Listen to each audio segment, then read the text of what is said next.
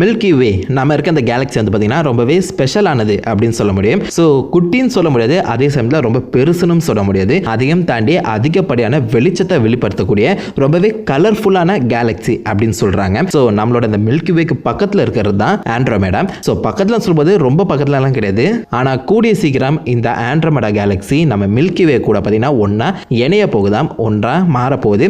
So அது ஒன்றும் இப்போதைக்கு நடக்க போகிறதில்ல, எப்படியும் 4 பில்லியன் வருஷங்கள் ஆகும் அப்படின்னு சொல்லி பார்த்தீங்கன்னா கணக்கெடுக்கப்பட்டிருக்கு. ஸோ 4 பில்லியன் வருஷங்களுக்கு அப்புறம் நம்ம மில்கி வே கேலக்ஸியும் ஆண்ட்ரோமேடா கேலக்ஸியும் பார்த்தீங்கன்னா ஒன்னோடு ஒன்று வந்து மோதும். ஸோ மோதி ரெண்டுமே ஒன்றா சேர்ந்து ஒரு மிகப்பெரிய கேலக்ஸியை பார்த்தீங்கன்னா உண்டாக்க போகுது. ஸோ இப்போதைக்கு இந்த 2 கேலக்ஸி மோதின அப்புறம் உண்டாக்குற அந்த கேலக்ஸிக்கு என்ன பேர் வச்சிருக்காங்க நீங்க கேட்டீங்கன்னா மில்க்ட்ரோமேடா. எனக்கு தெரிஞ்சு பேரை மாத்துறது நல்லதுன்னு நினைக்கிறேன். மில்கி வே ஆண்ட்ரோமேடா ரெண்டுத்தோட மைய பகுதி ஒன்றா இணைஞ்சு ஒரே மைய பகுதியாக மாறி ஏகப்பட்ட நட்சத்திரங்கள் ஏகப்பட்ட கிரகங்களுக்கு ஒரு மிகப்பெரிய போர்வையா இருக்கும்